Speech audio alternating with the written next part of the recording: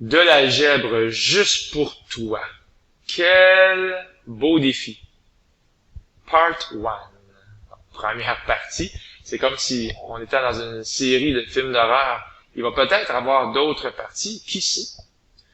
Vous êtes tous assez doués pour comprendre chacune des étapes. Même si ça fait un petit peu peur quand on regarde ça, prenons notre temps et regardons. La première question, c'est résous. Résous, ça veut dire trouve la valeur de x. Et clairement, ici, on a la valeur de x, 26 onzièmes. C'est peut-être pas la valeur que tu aurais aimé voir, parce que 26 onzièmes, c'est pas super beau, mais on va le laisser quand même comme ça. En passant, 26 onzièmes, c'est 2, quelque chose. Je sais pas c'est quoi, mais je sais que 11, il rentre 2, quelque chose fois dans 26. Alors, comment on a fait pour trouver ça? Ben, il faut faire attention, il y a des petits pièges.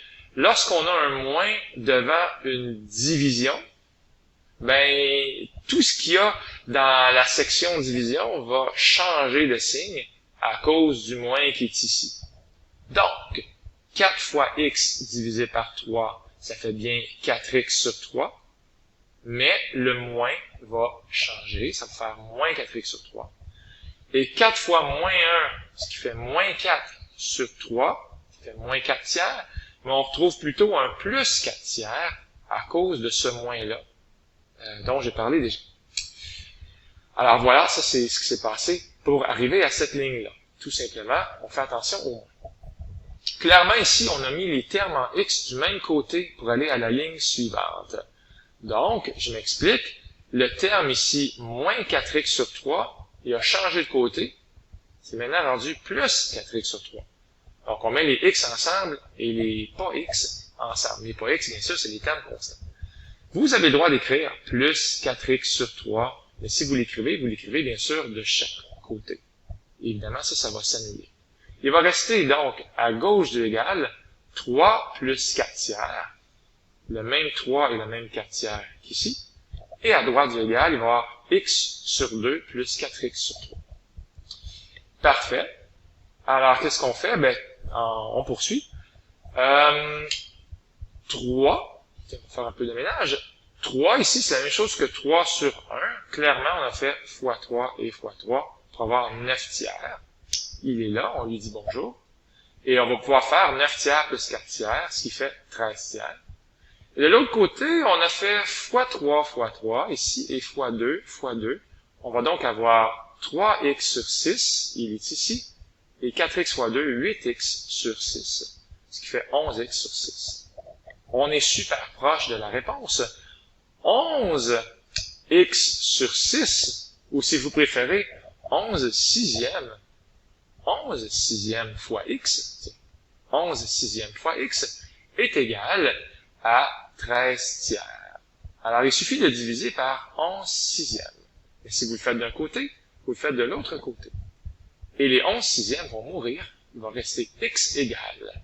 Comme ici, x égale la réponse, le résultat de 13 tiers divisé par 11 sixièmes. Je l'ai écrit comme ça, en version plus primaire.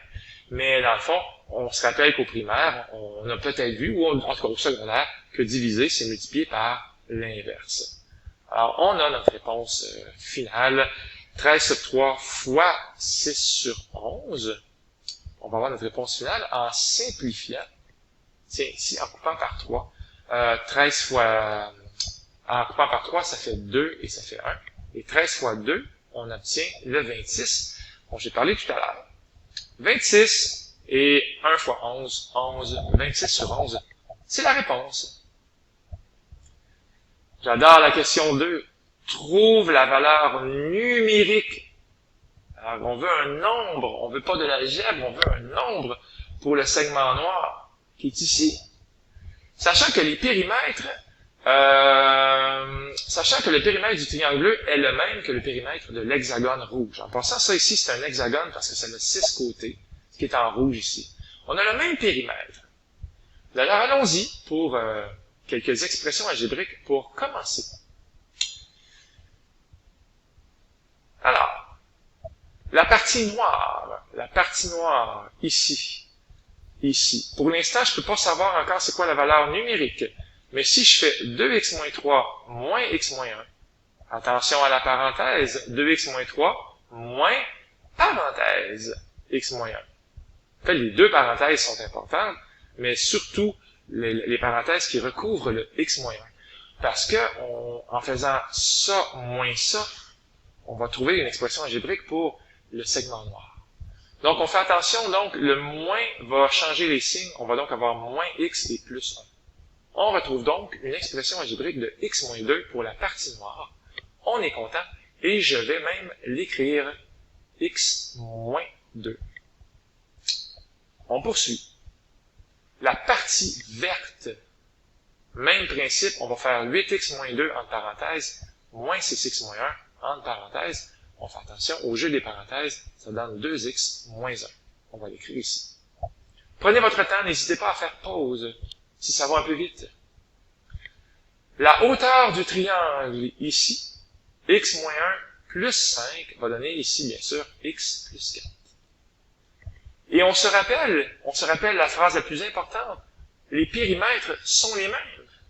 Donc, le périmètre de l'hexagone, ce qui est en rouge, qu'est-ce que ça va être? Si on prend notre temps, on va avoir ceci. J'espère qu'on va pas en oublier, surtout si c'est le jour de l'examen. Alors, le périmètre de ce qui est en rouge, c'est 8x moins 2, plus 2x moins 3, plus 6x moins 1, plus x moins 2, plus 2x moins 1, et finalement, plus x moins 1. Et tout ce que je viens de souligner, c'est exactement ce qui est écrit là. On va donc obtenir un périmètre de 20x moins 10. Pareillement aussi, on peut faire le périmètre du rectangle bleu en additionnant les expressions algébriques pour les trois côtés. Et ça donne un périmètre de 17x plus 5. Et on se rappelle que ces périmètres-là sont les mêmes. J'ai donc le droit de mettre un égal. Il est là le fun. Il est là le party. Et ça s'appelle une équation, parce qu'il y a un égal, et on est en secondaire 2.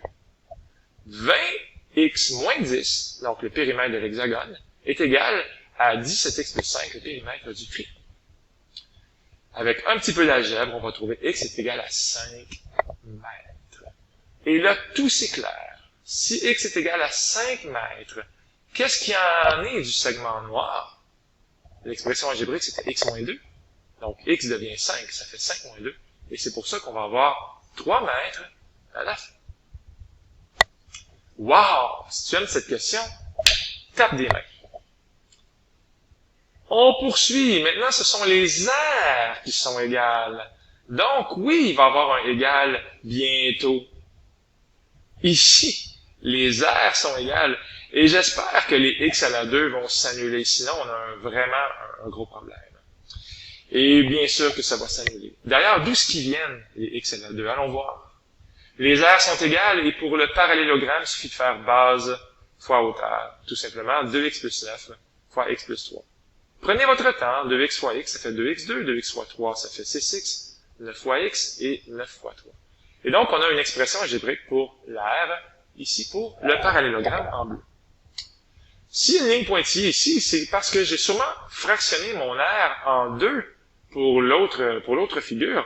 Donc, x fois 2x plus 5, clairement, x fois 2x plus 5, on est dans la partie 1 qui est ici. Et ça nous donne, ça va nous donner ceci, ça va nous donner, dans le fond, 2x2 plus 5x, en faisant ça et ça.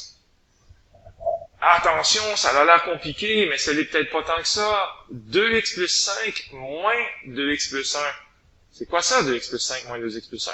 Bien sûr que c'est 2x plus 5 moins 2x plus 1, ça va nous donner ça ici. Donc, dans le fond, moi, j'ai besoin de trouver une expression algébrique pour ce côté-là ici. Et ça va nous donner, ici, je vais juste être certain de ne pas faire des folies. Ça ici, ok, on a enlevé les parenthèses. Ah, et ça donne 4. Ça donne uniquement 4. Évidemment, les 2x vont s'annuler. Il reste 4. Et pourquoi c'est écrit 4x fois 4? Mais clairement, parce que si ça c'est 4, ça ici, cette partie-là va mesurer 4x, parce qu'on a fait 5x moins x. Donc, ça fait 4x fois 4. Ben oui! On le voit d'ailleurs, le 5x moins x. Et ça fait 4x. 4x fois 4, ça fait 16x. Et on a donc l'aire. L'aire de l'hexagone. Oui, c'est un hexagone en passant parce qu'il y a 6 côtés. Donc l'aire de l'hexagone va nous donner tout simplement 2x2 plus 21x. On se rappelle que les aires sont égales. Donc, ceci, en bleu, c'est la même aire que ceci, en rouge. Et une chance qu'on a 2x2 de chaque côté. Ils vont s'annuler, ils vont s'auto-détruire. Vous pouvez l'écrire, moins 2x2 de chaque côté, et ça part. Et avec un peu d'algèbre de secondaire 2, on va trouver la valeur de x, 4,5. C'est quoi déjà la question? La question, c'est la suivante. Quel est le périmètre numérique? Numérique. On veut des nombres pour chacune des figures. Ben là, tu vas remplacer ton x par 4,5 à chaque fois. Et ça va être bien fait, vous allez voir. Donc, pour le périmètre en bleu, 2 fois 2x plus 9 et 2 fois x plus 5. Donc, 2 fois la mesure de la base et 2 fois ici la mesure de l'autre côté. J'ai-tu dit qu'on allait remplacer x par 4,5? Regardez, quand on le fait en parenthèse, ça veut dire que le x, il est maintenant décédé, il est parti, et on le remplace par, ici c'est 4,5. Donc ça fait 55 unités. C'est le même principe ici pour le périmètre en rouge. On prend tous les petits morceaux, comme ça, à remarquer que 5x moins x, c'est le fameux 4x dont j'ai parlé tout à l'heure, et ça ici, ça donne 4, j'en ai parlé aussi tantôt. Donc, on a nos morceaux qui sont là pour ce qui est en rouge, et ça fait 14x plus 10. Tout ça, c'est une expression algébrique pour le périmètre. Mais encore une fois, on remplace x par 4,5. Et on a une réponse de 73 unités. Quel beau défi! Venez me voir si vous avez des questions. Allez voir vos amis, venez en récupération. Parce que ça, dans les examens, il risque d'en avoir un petit peu. N'ayez pas peur de poser les équations. De dire, OK, c'est égal. Donc, on met un égal. Et quand il y a des x à la 2, il devrait s'annuler, sinon il y a un problème. Bye tout le monde, c'était Luc Allard pour le Collège Sainte-Anne.